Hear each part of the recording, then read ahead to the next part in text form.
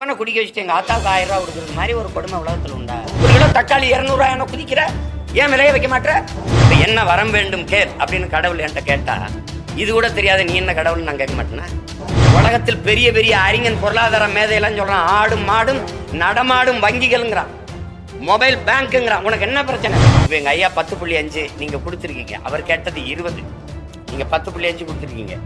படையாச்சி எவ்வளவுன்னு எண்ணிட்டீங்கன்னா அது 8 தான் வருதுன்னு கொடுத்தீங்கன்னா எங்க ஐயா எதிர்க்க போறாரா என்ன? எழுதுறாங்கல்ல பத்திரிகையில, மது வாடையே இல்லாத மாநாடு நடந்ததுன்னா நாம் தமிழர் கட்சி மாநாடுன்னு எழுதுனது உங்களுக்கு அனுப்பட்டா அத்தனை ஆயிரக்கணக்கான லட்சக்கணக்கான 2 லட்சம் 3 லட்சம் பேர் கூடின இடத்துல ஒரு கடையில குடிச்சிட்டு தகராறு பண்ணா, ஒரு இடத்துல சாப்பிட்டு காசு கொடுக்காம போனா அப்படின்னு செய்தி நீங்க படிச்சதுண்டா? நமது நாட்டுல அரசியலை பொறுத்த வரைக்கும் கூட்டணிங்கிறது காலங்காலமா எல்லா தலைவர்களும் ஏற்றுட்டு வந்த ஒண்ணு. நீங்க கூட்டணி பேச்சுட்டு இடையில சீமானு சொல்றது எந்த வகையில ஏற்படுது? எல்லா தலைவரும் எல்லா தலைவர்களும் ஏற்றுக்கொண்ட ஒன்றும் அப்படின்னு அப்படிலாம் ஒன்றும் கிடையாது. ஒரு தனித்த தத்துவத்தை கொண்டவன் தனிச்சு தான் நிற்கணும். நாங்கள் படிப்பறிவிலிருந்து கட்டுறதை விட பட்டறிவிலிருந்து கட்டுறது அதிகம், அதான் வலிமையானதும் கூட. எங்கள் முன்னோர்கள் செய்த தவறை நான் செய்திடக்கூடாதுன்னு நினைக்கிறேன். எங்கள் இனம் சார்ந்து வந்த எங்கள் தலைவர்கள் எல்லாம் சில பகுதி கட்சி தொகுதி கட்சிகளாக இருந்து வீழ்ந்து போனார்கள். உங்களுக்கு தெரியுது, நான் பேர சொன்னோம், மறுபடியும் சொல்லணும். ஆனால் தமிழர் அல்லாதவர் இந்த நிலத்தில் வந்தவர்கள்லாம் பொது தலைவர்களாக இருந்து அதிகாரத்தை செலுத்திட்டாங்க. இப்போ அதை கற்கும் போது நாங்கள் என்ன பண்ணோம், எங்கள் ஐயா மாப்போச்சி வந்தாங்க, சீப்பாயத்தன் வந்தாங்க, ஐயா ராமதாஸ் வந்தாங்க, அண்ணன் வைகோ வந்தாங்க, ஐயா விஜயகாந்த் வந்தார், எங்கள் அண்ணன் திருமாவளம் வந்தார், கடைசிக்கு அண்ணன் கமலஹாசன், ஐயா தினகரன் எல்லாரும் வந்துட்டு கூட்டணி கட்சி அப்படி கூட்டணி வந்து போயிட்டாங்க. அப்படி செய்யக்கூடாது. கூட்டணி வச்சு நீங்கள் பெற்ற வாக்கை விட ஒரு எளிய மகன், எனக்கு என்ன இந்த பின்புலம், இந்த மண்ணில் நீங்கள் வந்தீங்கன்னா இந்த வீட்டில் ஏடாச்சுமா மறந்தாம்பீங்க. எனக்கு என்ன இருக்குது, உங்களை மாதிரி இருந்த ஒரு மகன் ஒரு தத்துவத்தை சொல்லி, அது சாதியை சொல்லலை, மதத்தை சொல்லலை, செத்து போன மொழி இன உணர்வை சொல்லி அதிலிருந்து இவ்வளவு இளைஞர்களை திரட்டி ஓட்டுக்கு 1 ரூபா காசு கொடுக்காம அரவிந்த் கெஜ்ரிவாலால தனிச்சு நின்று ஜெயிக்க முடியும், அம்மையார் ஜெயலலிதால தனிச்சு நின்று 37 இடம் பாராளுமன்ற தேர்தலில் வெல்ல முடியும்னா ஏன் நம்மளால வெல்ல முடியாதுன்னு நீங்க ஏன் கேட்க மாட்டீங்க? ஜனநாயகத்தின் பாதுகாப்பு கொள்கை தான், கூட்டணிலாம் கிடையாது. கூட்டணினா ஜனநாயகத்தின் பாதுகாப்பா சாராய கடை வச்சிருக்கிறது? கூடி கொள்ளையடிச்சா சரியாயிருதா? காசு வாங்காமல் ஒரு காரியம் நடக்குமா? இது ஜனநாயக பாதுகாப்பா? இது ஜனநாயக பாதுகாப்பா சொல்லும். அப்புறம் என்ன ஜனநாயக பாதுகாப்பு? மண்ணள்ளி விற்கிறது, மரத்தை வெட்டி விற்கிறது, மலையை நொறுக்கி மண்ணாக்கி விற்கிறது, இதெல்லாம் ஜனநாயக பாதுகாப்பு.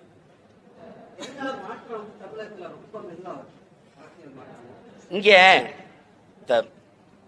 இது இல்லை, பொதுவாகவே எனக்கு முன்னத்து ஏறா இருந்த எங்க அண்ணன் பெரியவர் தமிழரசன் சொல்றாரு, சாதி மதம் இந்த சாராயம் இந்த போதை புரட்சியை தடுக்கிற கொடுமையான ஆயுதமா இருக்குடாங்கிறார். இப்ப அதை தாண்டி சாதி மதம் சாராயம் பணம் திரைக்கவர்ச்சி, இது 5 காரணிகள் பெரிய இடையூறா இருக்கு. அதுக்கு மேல உங்களை போன்ற ஊடகங்கள், நீங்க ஒரு மாற்று கருத்து இருக்கு, நல்ல சிந்தனை இருக்கு, நல்ல அரசியல் இருக்குது, இது வரணும். ஒரு ஜனநாயகத்துல ஊழல் லஞ்சத்துக்கான வேற இந்த காசு கொடுக்கறதுல தான் ஊண்டப்படுது. இது நான் சொன்னா பரவாயில்ல, மதிப்புமிக்க நம் உரிமைகளை சில ரொட்டி துண்டுகளுக்காக விற்பது அவமானகரமானது. அண்ணல் அம்பேத்கர், ஓட்டுக்கு காசு கொடுக்கிறவன் பாவி, அந்த காசை வாங்கி கொண்டு ஓட்டு போடுகிறவன் தேசத்துறகி. இது நான் சொல்லல, தாத்தா தேவை திருமன் முத்துராமலிங்க தேவர். இப்ப நீங்க பாருங்க, இப்ப இதெல்லாம் பாருங்க, பேரறிஞர் அண்ணா சொல்றாரு, தங்கத்தை யாராவது தவிட்டுக்கு விற்பானா? யாரு? உங்கள்கிட்ட இருக்கிற வாக்குரிமை தங்கம், அதை தவிட்டுக்கு விற்பானான்னு பேசுறாரு. தவிட்டுக்கு வாங்குற ஆள்கள் யாரு? அவர் பேரை சொல்லி கட்சி நடத்துற பெருமக்கள் தான். இப்ப இந்த சூழல்ல தான் இது புறையோடி போன புற்று ஆயிடுச்சு. இப்ப நீங்க புறையோடி போன என்ன இருந்தாலும் நம்ம ஆளுங்கிறான், என்ன இருந்தாலும் நம்ம மதம்ங்கிறான். ஒரு இந்துவை நிறுத்திட்டா இஸ்லாமிய கிறிஸ்தவ தமிழர்கள் வாக்கு செலுத்த மாட்டான், ஒரு இஸ்லாமிய நிறுத்தினா இந்து கிறிஸ்தவ தமிழன் வாக்கு செலுத்த மாட்டான். நான் ஒரு தேவரை நிறுத்தினா தேவேந்திரர் போட மாட்டேங்கிறாங்க, ஒரு படையாட்சி நிறுத்தினா பறையர் போட மாட்டேங்கிறாங்க. அப்ப எப்படி தமிழ் சமூகத்துக்கு என்று ஒரு அரசியல் வலிமை வரும், அதிகார வலிமை வரும்? அப்ப வந்தவன் போனவெல்லாம் இதுல சாதி, இந்த தமிழ் சாதியில இல்லாத சாதிக்காரன் நாட்டாண்டுறான். ஏன்னா நீங்க எங்க சாதியில இல்லாத ஒருத்தன்ட்ட நான் கை கட்டுறேன், இவரும் கை கட்டுறாரு, இவரும் கை கட்டுறாரு, அப்ப எல்லாரும் கை கட்டிட்டு போயிருவோம். இதான் இந்த அடிமை சிந்தனையிலிருந்து மீளணும்னா இது ஒரு பெரிய புரட்சி தான். இதை புரட்டி போடணும், அது கொஞ்சம் காலம் எடுக்கும், ஆனா மாறாம இருக்காது. இப்ப நீங்க நான் வரும்போது 1.1 இந்த 1.1 4.5 லட்சம் ஓட்டு வாங்கின ஒரு கட்சி இந்திய வரலாறுல எந்த உலகத்திலும் கட்சியா இருந்திருக்காது. அழிஞ்சு போயிடும், இல்லை எங்கேயா போயிடும். அதுக்கப்புறம் 4, அதுக்கப்புறம் 7, அதுக்கப்புறம் 8.22. அப்ப வளருது ஒரு கட்சி தனியா நின்று வளருன்னா மக்கள் என்னை நம்புறது காரணம். பயப்பட மாட்டான், துணிஞ்சு நிப்பான், யாரோடும் சீட்டுக்கு நோட்டுக்கு போய் மண்டிட மாட்டான் அப்படின்னு நிப்பான்னு நம்பிக்கையில போடுறோம். அதை நான் கெடுத்துடக்கூடாதுன்னு நினைக்கிறேன். ஆனா வரும். லெலின் சொல்றாருல, நீ புரட்சிலாம் சொல்றிய லெலின், அது எப்பதான் வரும் அப்படின்னு. இதுவரை வாழ்ந்தது போல இனி எப்போதும் வாழ முடியாது என்கிற நிலை உருவாகுமானால் மக்கள் தாங்களே புரட்சி செய்வார்கள்னு சான்று இலங்கையில நடந்தது, பங்களாதேஷில் நடந்தது, நீங்க பாத்துட்டீங்க. அது இங்க நடக்காதுன்னு யாரும் உறுதி தர முடியாது. கொஞ்சம் பொறுத்துருங்க. பல பேச்சுக்கள்ல சார் திமுகவோட பிடிஎம் அதிமுகன்னு சொல்றீங்க அடிக்கடி, அதுக்கு என்ன காரணம்னு சொல்ல முடியுமா? பிடிஎம் சொல்லல, ரெண்டுக்கு கொள்கை வேறுபாடு இல்லைன்னு சொல்றேன். அதாவது ஒரே கட்சின்னு தான் சொல்றேன். இந்த கொடியில அண்ணா இருப்பார், அங்க இருக்க மாட்டார். வேற இங்கேயும் திருட்டு இருக்கும், அங்கேயும் திருட்டு இருக்கும், இங்கேயும் உடல் லஞ்சம் இருக்கும், இங்கேயும் மண்ணாளி விற்பாங்க, மலை குடஞ்சி விற்பாங்க, இங்கேயும் சாராயம் இருக்கும், அங்கேயும் சாராயம் இருக்கும். ஏன்னா இங்கேயும் ஒரு ஃபார்மாலிட்டிஸ்லாம் தெரியுமில்ல அப்படின்னு கேட்பாங்க. நீங்க பணியிட மாற்றத்துக்கு வர்றீங்கன்னு வைங்கள, தம்பி நீங்க ஃபார்மாலிட்டிஸ்லாம் தெரியுமில்லன்னா, ஆமா ஆமா என்ன போனதுல 40 கொடுத்தோம், இப்ப கூடிருச்சு 60, இவ்வளவுதான். ஆனா அதேதான். அப்ப நீங்க இதுல என்ன மாற்றம் கண்டுட்டீங்க திமுக அதிமுகவுக்கு? ஒன்றும் கிடையாது. அப்ப அதனால இது ரெண்டும் ஒரே கோட்பாட்டை கொண்ட கட்சிகள். காங்கிரஸுக்கு பிஜேபிக்கு என்ன மாறுதல் கண்டுட்டீங்க? இப்படி பார்ப்போம். இந்த நீட் தேர்வை கொண்டு வந்தது, ஜிஎஸ்டி, இந்த என்ஐஏ, என்ஆர்சி இதெல்லாம் கொண்டு வந்தது யாரு?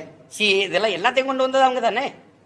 அதை இவர் செயல்படுத்துறாரு. காங்கிரஸ் கொண்டு வந்தது நான் செயல்படுத்த மாட்டேன் ஐயாவும் சொல்லல. இதை நாங்க கொண்டு வந்தது நீங்க எப்படி செயல்படுத்துறீங்கன்னு ஐயாக்களும் கேட்கல. அப்புறம் ஜிஎஸ்டி கொண்டு வந்த பெருமகன் இந்த தான் இருக்காரு நம்ம ஊர்ல. கேளுங்களேன், என்ன கொண்டு நாங்க கொண்டு வந்தது வேற, இவங்க செயல்படுத்தினது வேற. அது என்ன வேற? ஒன்னும் இல்லை, இது கொடுமைதான். இது என்ன பண்றது? இவங்க இருக்கும்போது அமித்ஷாவை தூக்கி உள்ள வச்சாங்க, அவர் உள்துறை அமைச்சர் இவரை தூக்கி உள்ள வச்சாரு. பாபர் மசீதை இடிக்க அனுமதிச்சாங்க. பாபர் மசீது இந்த இடத்துல ராம் கோவில் கட்டினாங்க. அடிக்கல் நாட்டும் போது இவர் நாட்டி கும்பிட்டாரு, அவர் கன்கிராச்சுலேஷன் வாழ்த்து சொன்னாரு. இதுல மாறுதல் எங்க இருக்கு?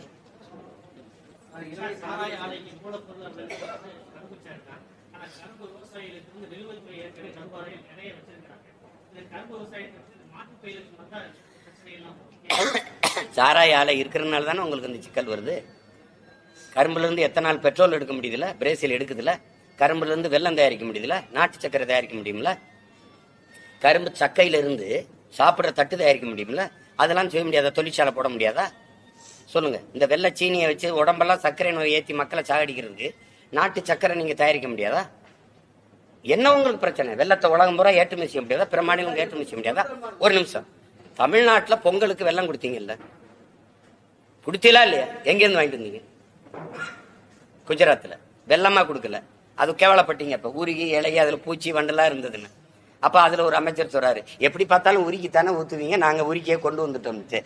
இதுல ஐயா சொன்ன மாதிரிதான் பாதுகாப்புக்காக பண்ண கதை தான் அது இருக்கு. நீங்க அது வர விரும்பல எதையாவது ஒரு காரணத்தை சொல்லிட்டு சாராய ஆலை உங்க ஆலைங்கிறதுனால தானே பிரச்சனை. மூடுங்க.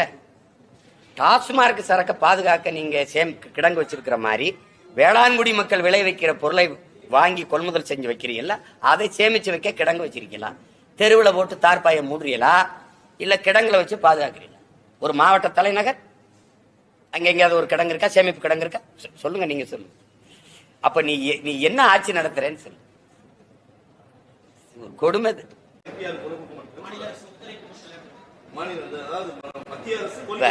இப்ப இது மாதிரி ஒரு ஏதாவது ஒரு இது இருக்குதா? யாரு ஆட்சியில் இருக்கிறது யாரு?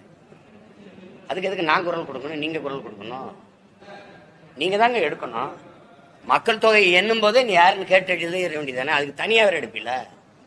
ஒரு தடவை என் வீட்டுக்கு வந்துட்டு இல்ல, என் வீட்டுல எத்தனை பேருன்னு என்ட்ரி இல்ல, அப்ப நான் யாருன்னு எழுதிட்டு போயிட வேண்டியதானே சேர்த்து.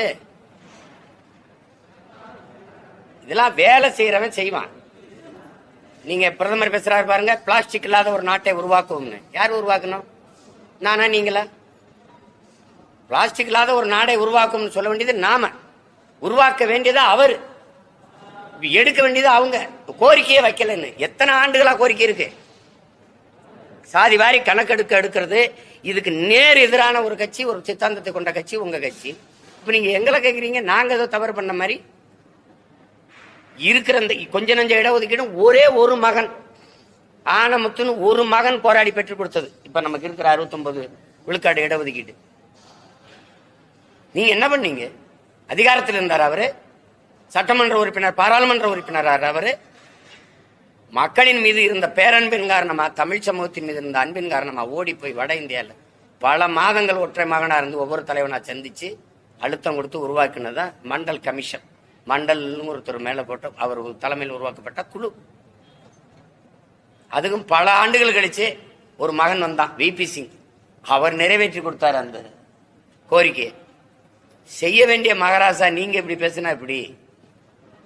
நீங்க உங்க தலைவர்கிட்ட சொல்லி எடுங்க. மக்கள் தொகை கணக்கெடுப்பும் குடிவாரி கணக்கெடுப்பும் ஒரே நேரத்தில் எடுங்க. குடிகளின் எண்ணிக்கைக்கு ஏற்ப கொடுங்க. நீங்க பொருளாதார அடிப்படையில, எந்த அடிப்படையில பொருளாதார அடிப்படையில் இடஒதுக்கீடை கொண்டு வந்தீங்க? அதுக்கு இவர் பதில் வச்சிருக்காரா? இந்த மாநில செயலாளர் ஐயா பதில் வச்சிருக்காரா? சாதிவாரி கணக்கெடுப்பு ஏன் எடுக்க சொல்றோம் தம்பி? ஒரு ரொம்ப அடிப்படை கோட்பாடுதான் தம்பி. ஒரு குடும்ப அட்டைக்கு 10 கிலோ அரிசி, ஒரு ரேஷன் கார்டுக்கு 10 கிலோ அரிசி. ஒரு குடிசையில ஒரு ஏழை அப்பத்தா இருக்கா, வயசானவன், அவளுக்கு 75 வயசுன்னு வச்சுக்கோங்க, 80 வயசு, ஒரு அட்டை, அவளுக்கு 10 கிலோ அரிசி. ஒரே மனுஷி தான். பக்கத்து வீட்டுல 10 பேர் இருக்காங்க, பசங்க பொண்ணுங்க எல்லாம் இருக்காங்க, பெரிய குடும்பம். அவங்களும் ஒரு குடும்ப அட்டை வச்சிருக்காங்க, 10 கிலோ அரிசி. ஒரு அட்டைக்கு 10 கிலோ. சரியான பகிர்வுன்னு நினைக்கிறீங்களா? இல்ல இல்ல இல்ல. இதே தான். 5 பேர் இருக்க வீட்டுக்கு நீங்க 50 பேர் சாப்பாடு அனுப்புறீங்க, 50 பேர் இருக்கிற வீட்டுக்கு 5 பேர் சாப்பாடு அனுப்புறீங்க. இது சமூக நீதி இல்ல, அநீதிங்கிறோம்.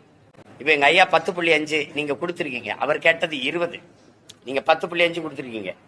படையாட்சி எவ்வளவுன்னு எண்ணிட்டீங்கன்னா அது 8 தான் வருதுன்னு கொடுத்தீங்கன்னா எங்க ஐயா எதிர்க்க போறாரா என்ன? நீ எடுத்து கொடுக்குற, எண்ணி கொடுக்க மாட்ட. நீ அள்ளி கொடுக்குற, அளந்து கொடுக்க மாட்ட. சரி, அருந்ததியருக்கு 3 விழுக்காடு கொடுத்தீங்க, 3 விழுக்காடு எண்ணீங்களா? என்னீங்களா? சரி, அவங்களுக்கு 3 விழுக்காடு அப்படியே கொடுத்துட்டீங்க. நாங்க கல்லர் மறவர் அகமுடையர்னு இருக்கோம் எம்பிசியில். எங்களுக்கு தனித்தனியா கல்லருக்கு எவ்வளவு, அகமுடையருக்கு எவ்வளவு, மறவருக்கு எவ்வளவுன்னு எடுத்து கொடுத்தீங்கள? என்ன உங்க எனக்கு எல்லாம் ஓட்ட குறி வச்சே நகர்ந்து போனீங்கன்னா நாட்டை காப்பாத்துறது யாரு? குடிவாரி கணக்கெடுப்புங்கிற கோரிக்கை இன்னைக்கு நேத்தல்ல, அப்ப இருந்திருக்கு. சட்டநாதன் அறிக்கையில இருந்திருக்குது, பல அறிக்கையில கொடுத்து பல முன்னோர்கள் போராடி இருக்காங்க. காதலே வாங்குறது இல்ல ஆட்சியாளர்கள். இன்னைக்கு திடீர்னு கோரிக்கை வைக்க மாட்டேங்கிறாங்கன்னு வச்சா எடுத்துருவீங்களா? சொல்லுங்க, நாளைக்கு வைக்க சொல்லிடுவோம். இதெல்லாம் என்ன தம்பி? இதெல்லாம் சொல்றது வேலையை? ஒரு நாட்டை ஆளுகிற தலைவனுக்கு தெரியாதா இது இதை செய்யணும் செய்யக்கூடாதுன்னு? நீங்க கேட்டா தர்றேன் அப்படின்னு. அதுக்கு தலைவன் தேவையில்லை. குடிதழி கோலோச்சு மாநில மன்னன் அடிதழி நிற்கும் உலகு. இதான் எங்க வேதம் சொல்லுது. ஒரு தாய் குழந்தையின் தேவை அறிந்து குறிப்பறிந்து சேவை செய்வாள். இந்த நேரம் என் குழந்தைக்கு பசிக்கும் என்று பால் ஊட்டுவாள், இந்த நேரம் உறக்கம் வரும் என்று தொட்டிலிட்டு தாளாட்டுவாள். இப்படி குறிப்பறிந்து சேவை செய்வது போல, ஒரு தாய் சேவை செய்வது போல, ஒரு நாட்டை ஆளுகிற அமைச்சர் மன்னன் தன் குடிகளின் தேவை அறிந்து சேவை செய்வான். ஆனால் அவனை இந்த உலகம் போற்றி தொழுங்குது. அப்படி நீங்க எங்களுக்கு என்ன தேவைன்னு நீங்க செய்யணும். இப்ப என்ன வரம் வேண்டும் கேள் அப்படின்னு கடவுள் என்கிட்ட கேட்டா, இது கூட தெரியாத நீ என்ன கடவுள்னு நான் கேட்க மாட்டேனா? கேட்பனா கேட்க மாட்டேனா? சீமானுக்கு என்ன வேணும்னு என்னை படைச்ச கடவுளுக்கே தெரியலன்னா, அது மாதிரி நாட்டை ஆள்ற தலைவருக்கே தெரியல, நாட்டின் பிரதமருக்கே தெரியல, நாங்க கோரிக்கை வச்சா செய்வோம்னா எப்படி? அது ஏற்புடைய கருத்தல்ல.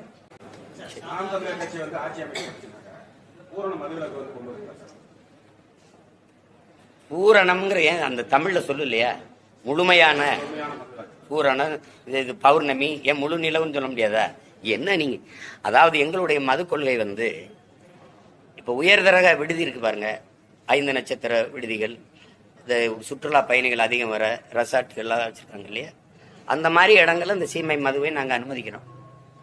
இந்த தெருவுக்கு தெரு வச்சிருக்கிற அந்த மது கடைகள், குறிப்பா டாஸ்மார்க், அதை மூடிடுறோம். ஒவ்வொரு தேசிய இனத்திற்கும் ஒரு மது இருக்கு.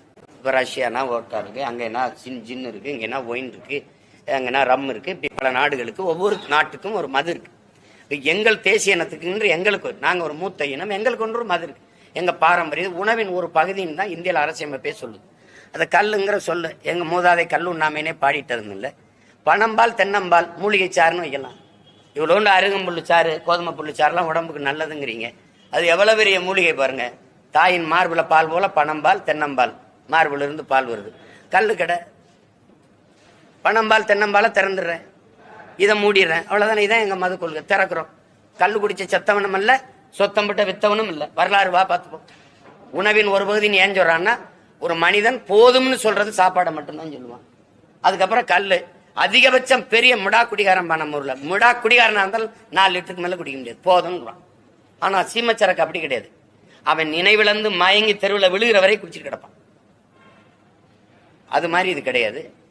பனை வாழும், வேளாண்குடி மக்கள் வாழ்வார்கள். இது இந்த அதனால இப்ப நீங்க 200 ஆண்டு கால பனையை 200 ரூபாய்க்கு விற்கிறானே, நீங்க கல்குவாரி இதுக்கு செங்கல் சூளைக்கு காவாய்க்கு கால்வாய்க்கு வெட்டிட்டு போறதை நீங்க பாக்குறீங்க. அப்ப அதான் சரியான கொள்கை. நீங்க எங்க ஐயா நல்லசாமி கல்லு நல்லசாமி சொல்லிட்டு இருக்காங்க. நம்ம ஐயா அரசியல் சாசனமே மதுவின் உணவின் ஒரு பகுதின்னு தான் சொல்லுது. கல்லு மதுன்னு நீ நிரூபிச்சிரு, நான் பல கோடி தர்றேன்றது. சங்க இலக்கியத்திலே உங்களுக்கு அவையும் அதிகமானோம்னா கல் ஒன்று பேசிக்கொண்டிருந்தார்கள்னா இருக்குது. முத்தமிழ் பேரறிஞர் ஐயா வைரமுத்து அவர்கள் எழுதிய இதெல்லாம் இருக்குது. அதனால நாங்க கல்லுக்கடையை அனுமதிக்கிறோம். பனம்பால் தென்னம்பால் மூலிகை சாறுன்னு அதை அனுமதிக்கிறோம். இந்த சீமச்சரக்கை தடை செய்யறோம். இந்த வெளிநாட்டு பயணிகள்லாம் வர்றாங்க இல்லையா, சுற்றுலா தலங்கள், அங்க இந்த சீமச்சரக்கை இப்ப பெரிய பெரிய ஸ்டார் ஹோட்டல்ங்கிறாங்கல்ல, அங்க எல்லாம் அனுமதிக்கிறோம்.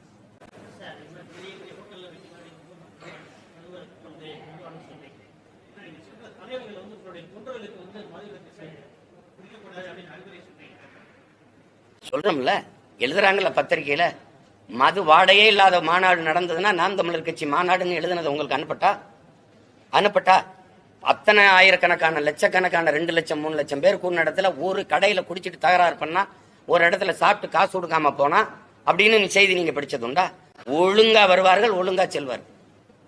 நீங்க பாருங்க, எத்தனையோ செய்திகள். இத்தனை ஆண்டுகள் 13 ஆண்டு ஆயிடுச்சு நாங்க கட்சி தொடங்கி, 8 ஆண்டுகளா தேர்தல் களத்துல நிக்கிறோம். எந்த இடத்துல இந்த மாதிரி ஒரு செய்தி பதிவாயிருக்குன்னு பாருங்க.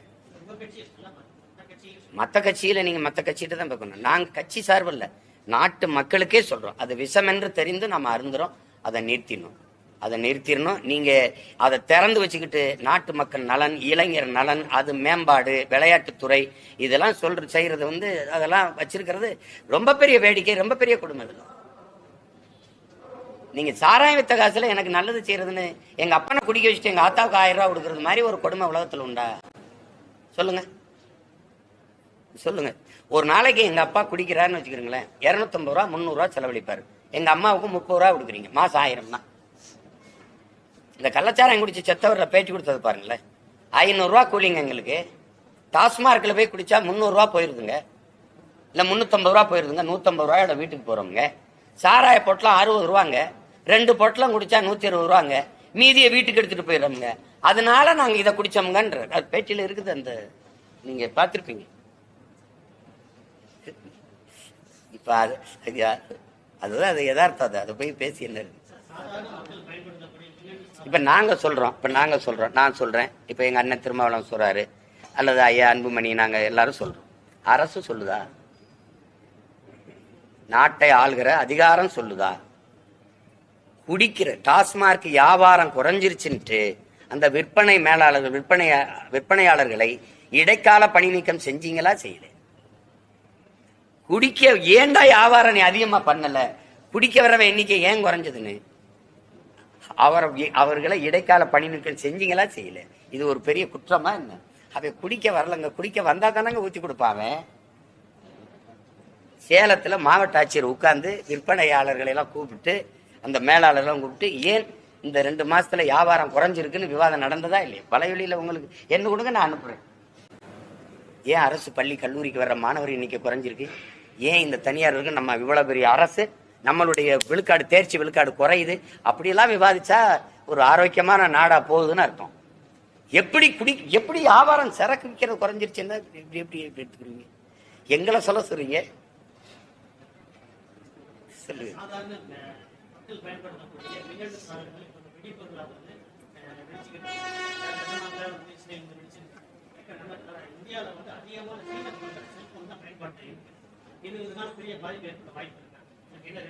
இருக்கல, மிகப்பெரிய பாதிப்பு பொருளாதார பாதிப்பு உங்களுக்கு தெரியும். உங்களுக்கு தெரியல, பொருளாதார அடிமை எந்த காலத்திலும் விடுதலை அடைய முடியாது.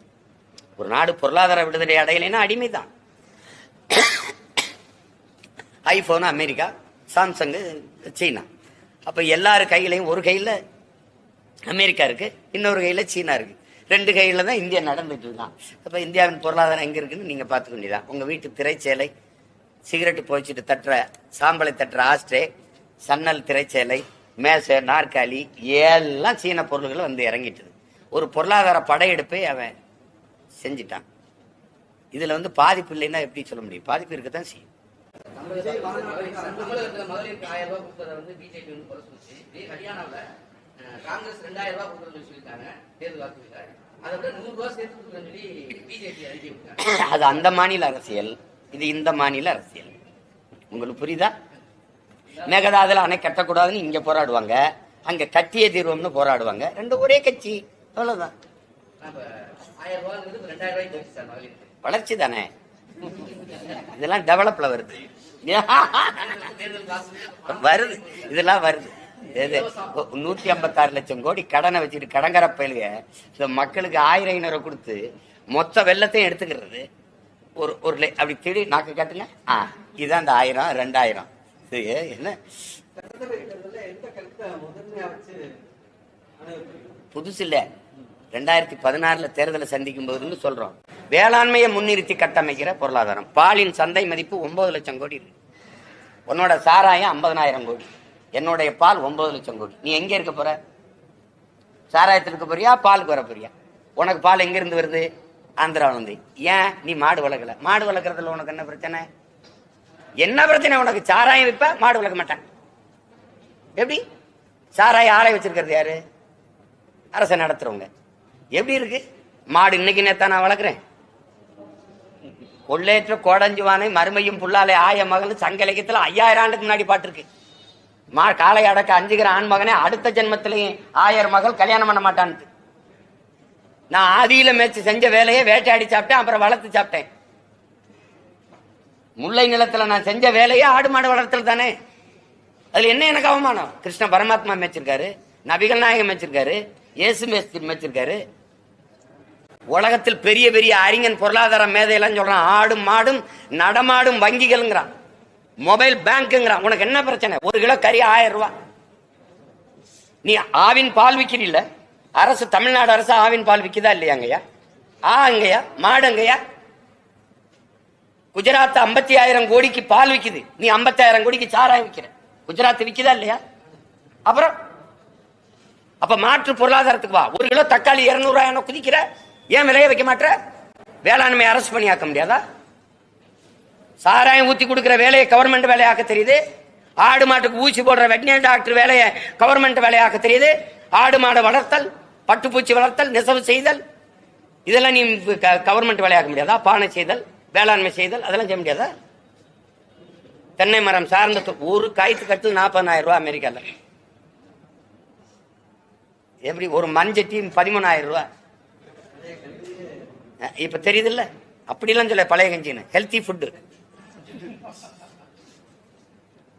ஐயா இவன் விளக்கெண்ணா சிரிப்பாயா, பிரெஞ்ச் ஆயில்னா வாங்குவாயா, கேழ்வரகுன்னா சிரிப்பாயா, ராகின்னா ரசிப்பாயா. இதான் இவனுக்கு இருக்கிற நோய். அதனால எங்களுடைய கொள்கை இங்க பாருங்கயா, என்கிட்ட என்ன செய்வீங்கன்னா அடிப்படை அமைப்பு அரசியல் மாற்றம். இந்த சிஸ்டர் ராங்னு ஐயா ரஜினிகாந்த் ஆங்கிலத்துல சொன்னாங்க. நான் தமிழ்ல அமைப்பு தப்புங்கிறேன், மொத்தமா தகர்க்கணும்னு நினைக்கிறேன். நான் திரும்ப ஒரு தடவை சொல்றேன், இந்த கட்டடத்துக்கு வெள்ளை அடிக்க வரலன்னா, இந்த ஜன்னல் கரையான் தின்றுச்சு பேத்துட்டு வேற ஜன்னல் போடணும், இந்த கதவு சரி வெள்ளம் மாத்தணும், கட்டடத்தை இடிச்சிட்டு வேற கட்டடம் கட்டணும்னு வந்தேன்னா. அதுதான் எங்களுடைய கோட்பாடு. நீங்க என்ன செய்வேன்னு பாருங்க ஐயா. 2014 இவ்வளவு பெரிய புத்தகம் கொடுத்துருக்கேன், எலெக்ஷன் மேனிபெஸ்டோல, தேர்தல் அறிக்கையில ஆட்சி எப்படி செய்வோம்னு நான் உங்களுக்கு கொடுத்து அனுப்புறேன். அப்ப 26 நான் தனியா ஒரு அறிக்கை கொடுப்பேன். சென்ற அடையிறதுக்கு என்ன வேலை செய்யறேன்னா இப்ப போட்டு காட்டுறேன். எப்படி போட்டு காட்டுறேன்னா இங்க பாருங்க, ஒரு பெரிய டிஜிட்டல் திரை, எண்ணியல் திரையை கட்டி சிவகங்களை வந்து நான் உட்கார்ந்து இந்த பாருங்க எங்க ஆத்தால பண்ணு போட்டு காட்டு பாருங்க. எப்படி நான் ஆடு வளர்க்குறேன் பாரு, மகன் எப்படி மாடு வளர்க்குறேன், எப்படி விவசாயம் செய்யறேன், எப்படி பிள்ளைகளுக்கு பள்ளிக்கூடத்தை கொட்டுறேன், எப்படி மருத்துவம் கொடுக்குறேன், எப்படி சாலை போடுறேன், பராமரிக்கிறேன், எப்படி நீரை தேக்குறேன், இந்த சீம கருவேலை யூக்கலிப்டஸ் அழிச்சிட்டு மாட்டு மரத்தை எப்படி நடுறேன், எல்லாத்தையும் நான் என்ன பண்ணிடுறேன் எடுத்து காட்டிடுறேன். உலக நாடு இந்த பாரு ஆஸ்திரேலியா என்ன செய்து பாரு, மாடு வளர்க்குது பாரு, அவன் ஹெலிகாப்டர்ல மேய்க்கிறான் பாரு, இந்த பாரு பிரேசில் ஒட்டகத்துல மேய்க்குது பாரு, இந்த பாரு கரும்பை வச்சுக்கிட்டு அவன் எப்படி கரும்பை வச்சுக்கிட்டு எப்படி பொருளாதாரத்துல மேம்படுறான். கியூபான்னு ஒரு நாடு வெறும் கரும்பு தான் வச்சிருக்கு பாரு, சர்க்கரை மட்டும் வச்சு அவன் எப்படி பொருளாதாரத்துல நிறைவடைகிறான் பாரு. இது காட்டுறேன், இந்த வாட்டி காட்டுறேன்.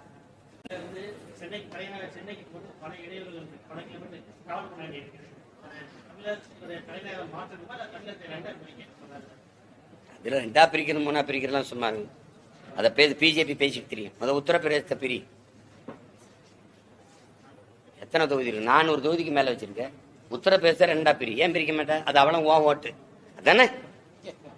என்ன ராஜா நீ அதெல்லாம் சும்மா தான் பேசிட்டு இருப்பாங்க. நாங்க கொடுத்ததை 5 தலைநகரா மாத்தணும்னு நினைக்கிறேன். சின்ன சின்ன நாடுகள்லாம் அப்படிதான் வச்சுக்கிறது.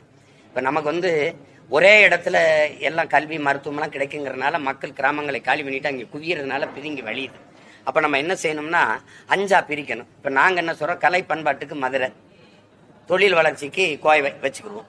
இப்ப திரைக்கலை, கணினி, இந்த கப்பல் போக்குவரத்து இதுகளுக்கு நம்ம சென்னையை வச்சுக்கலாம். இப்ப இந்த ஆன்மீகத்துக்கு வழிபாட்டுக்கு நம்ம மெய்யலுக்கு கன்னியாகுமரியை வச்சுக்கலாம். அப்ப அந்த மாதிரி ஒரு 5 தலைநகரங்களை பிரிக்கும் போது நிர்வாகத்துக்கு திருச்சியை வச்சிடலாம். ஏன்னா இப்ப எதுக்கு திருச்சின்னா எம்ஜிஆர் அதை தேர்வு பண்ணார். அதுக்கு காரணம் என்னன்னா, தமிழ்நாட்டுல எந்த பகுதியில இருந்து வந்தாலும் ஒரே நாள்ல திருச்சிக்கு வந்துட்டு திரும்பிடலாம். ஆனா நீங்க சென்னைக்கு வரணும்னா கன்னியாகுமரியில வந்தா வர ஒரு நாள், அங்க ஒரு வேலையை செஞ்சுட்டு திருப்பி வர ஒரு நாள், 2 நாள் 3 நாள் செலவு பண்ண வேண்டியது இருக்கு. அதனாலதான் பாருங்க எல்லா கட்சியும் மாநாட திருச்சியில தான் போடும். ஏன்னா ஒரே நாள்ல வந்துட்டு திரும்பி போயிடலாம். அப்ப திருச்சியை மையப்படுத்தி அதை நிர்வாக தலைநகராக மாத்தணும். அப்படி மாத்திட்டீங்கன்னா ஒரு எளிய உதாரணம், ஒரு வெள்ளம் இப்படி இருக்கு, இங்க வச்சுட்டீங்க, எல்லா எறும்பு ஈயும் இங்க குவியும்.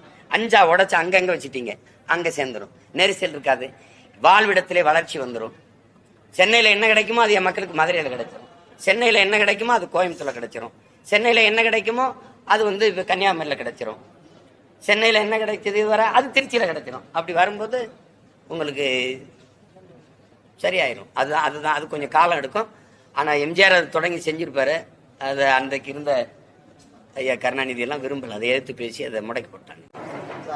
விஜய் அவர்கள் இதோட கூட்டணிக்கு வந்தா அது குறித்து பரிசீலிப்போம்னு நீங்க பல இடங்கள்ல சொல்லியிருக்கீங்க. இல்ல அது சரிதானே. ஒரு தமிழ் மண்ணின் மகன், ஒரு தமிழன், தன் இன சொந்தங்களை எல்லோரும் எனக்கு ஆதரவு கொடுங்கள்னு கேட்கறது. இப்ப நான் அண்ணன் கேட்டேன், இப்ப தம்பி கேட்கிறாரு. அது உரிமை இருக்கு, உறவு இருக்கு, அந்த இதெல்லாம் நம்ம கேட்கிறாரு, அவர் கேட்கிறாரு, அதுல ஒன்றும் தவறு இல்லையே. ஆனா இது சம்பந்தமா அவர் எந்த விதமான கருத்து இது வரைக்கும் தெரிவிக்கல. அதுக்கு இப்ப நான் என்ன சொல்ல, கருத்து அவர் தானே தெரிவிக்கணும். நன்றி, மகிழ்ச்சி.